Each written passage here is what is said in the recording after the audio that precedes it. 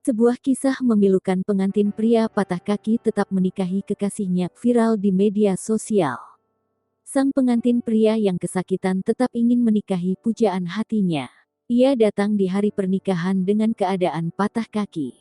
Hal itu membuat pengantin wanita merasa sedih hingga berderai air mata. Sontak saja, acara bahagia pernikahan pun berubah menjadi dramatis dan menyayat hati. Dalam video tersebut pengunggah video itu menceritakan suasana menyayat hati di pernikahan yang ia datangi. Diketahui ia hadir menjadi MC di acara dalam pernikahan tersebut. Namun, kejadian tak terduga ia melihat pemandangan memilukan di acara pernikahan yang ia datangi.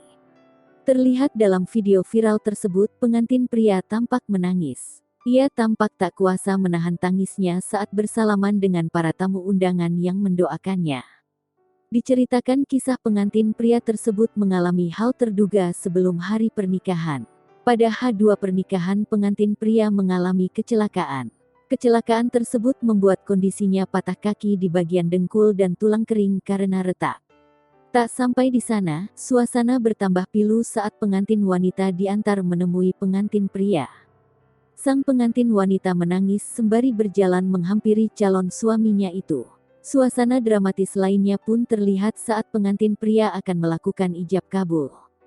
Pengantin pria tersebut harus dibopong untuk pindah dari tempat ke tempat lainnya.